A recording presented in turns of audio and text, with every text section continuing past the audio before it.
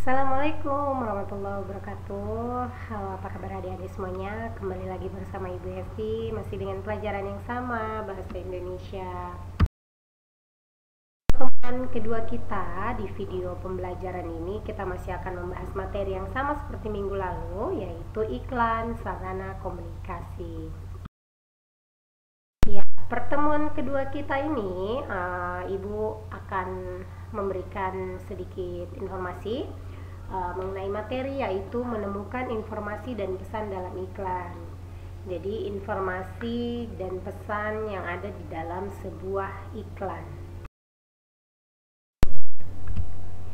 Iya, ada unsur-unsur pembentuk iklan. Unsur-unsur pembentuk iklan itu ada terdiri dari beberapa bagian.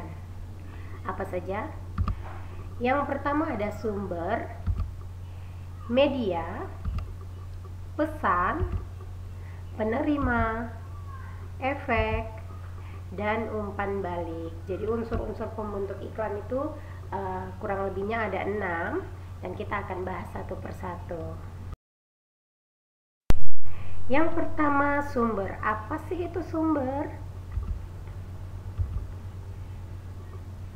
Ya, sumber itu merupakan pemasang iklan yang berinisiatif dan penyandang dana dari pemasangan suatu iklan. Jadi orang yang membuat iklan, orang yang punya uang untuk membuat iklan itu. Jadi kalau misalnya dia buat iklan jualan, berarti orang yang punya jualan itu dia membuat iklan. Nah, itu yang disebut dengan sumber. Jadi sumber itu si orang yang membuat iklan, yang memasang iklan, yang punya dana untuk membuat iklan itu. Itu adalah sumber. Selanjutnya, pesan. Ya, merupakan informasi yang disampaikan, entah itu berupa pesan verbal ataupun pesan non-verbal.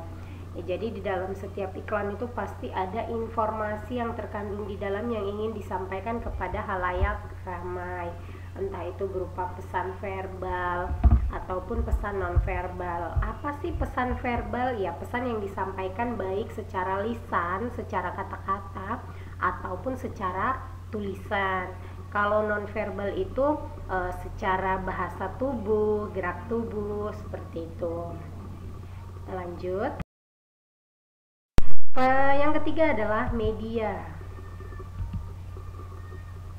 Ya, merupakan sarana yang digunakan, semisal media elektronik, media cetak, dan lain sebagainya. Jadi seperti yang kalian semua sudah sangat tahu, ketika kita membuat iklan, pasti akan kita promosikan. Promosikannya tuh melalui apa? Bisa melalui televisi, bisa melalui radio, bisa kita taruh di baliho di pinggir-pinggir jalan, bisa juga kita buat di majalah, di koran, atau kita taruh di Facebook, Instagram, dan lain sebagainya. Itu yang disebut dengan media. Yang keempat adalah penerima.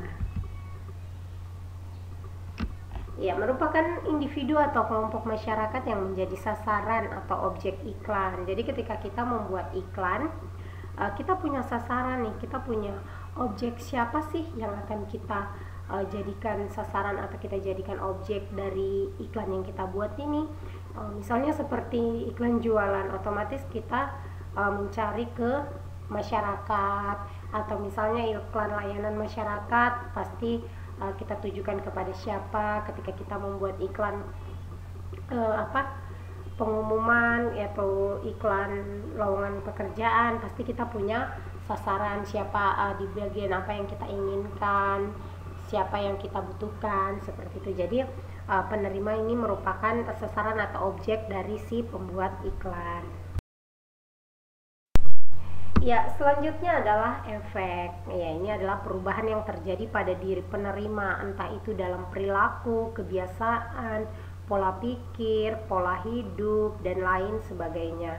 Jadi ketika kita melihat iklan itu, si penerima tadi melihat iklan, itu ada efek yang dia terima di dalam hidupnya, entah dia kepikiran, entah misalnya kalau dia melihat iklan dari BNN berupa untuk ayolah kita hidup sehat, jangan menggunakan narkoba, jangan menggunakan obat-obat yang terlarang, seperti itu. Ketika dia melihatnya, ada gejolak di hatinya, oh iya ya, kayaknya kalau pakai barang itu tuh nanti kita nggak sehat, nanti kita sakit, nanti kita jadi manusia yang sepertinya nggak punya tujuan hidup seperti itu. Jadi ada efek yang kena di si penerima ini.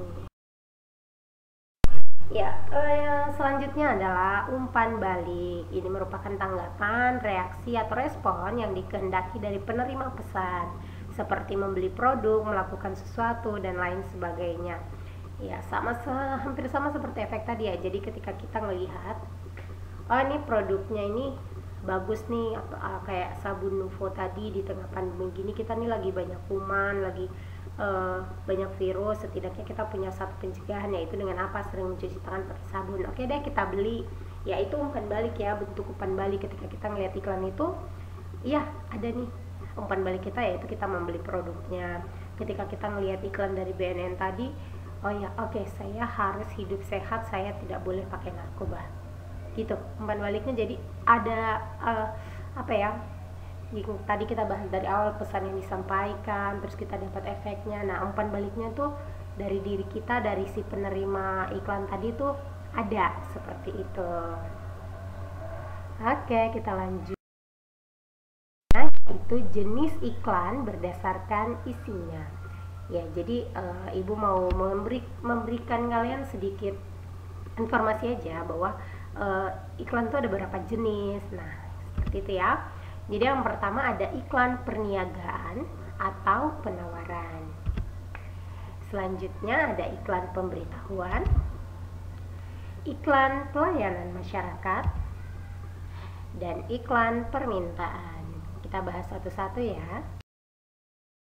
Adalah perniagaan atau penawaran.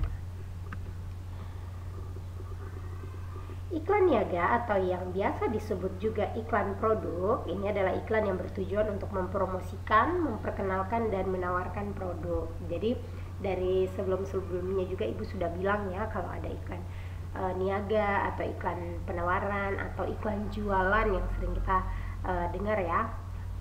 Jadi jualan kayak tadi ada sabun Nuvo, terus pada pertemuan sebelumnya juga ibu sudah menampilkan ada iklan sampo Pantene, ada iklan Sprite, ada iklan Baygon, dan banyak sekali iklan perniagaan atau penawaran atau iklan jualan di muka bumi ini yang kita semua sudah sangat tahu ya. Banyak kebutuhan rumah tangga yang ada di rumah, yang ada di sekitar kita, itu bagian dari iklan. Selanjutnya, iklan pemberitahuan. Ya, iklan pemberitahuan atau iklan pengumuman merupakan iklan yang isinya bertujuan memberitahukan atau mengumumkan kepada halayak ramai mengenai suatu informasi penting.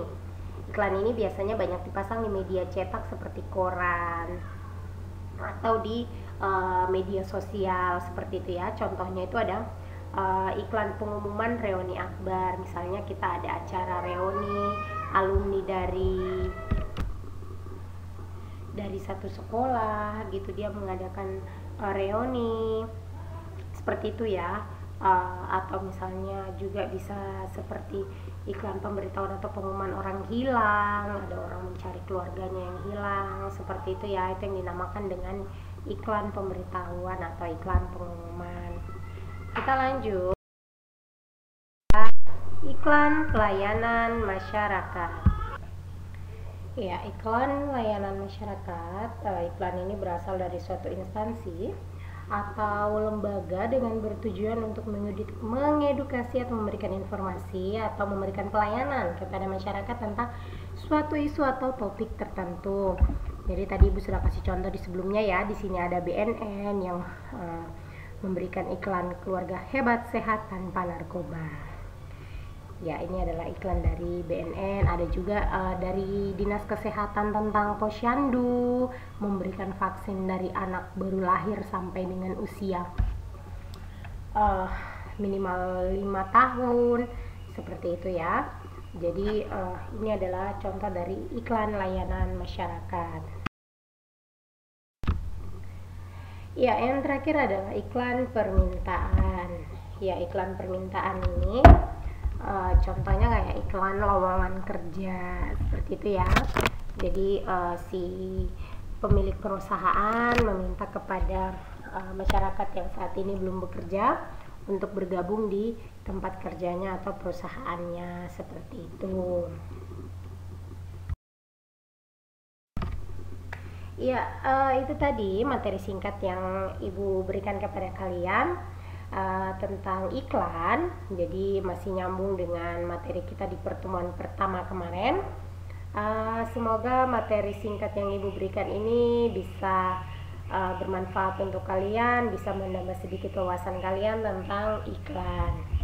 Ya, apabila ada pertanyaan yang ingin kalian tanyakan, bisa kalian catat dan selanjutnya akan kalian tanyakan kepada Ibu setelah pemutaran video ini. Tetap semangat, jaga kesehatan dimanapun kalian berada. Wabillahi taufiq wal hidayah. Wassalamualaikum warahmatullahi wabarakatuh.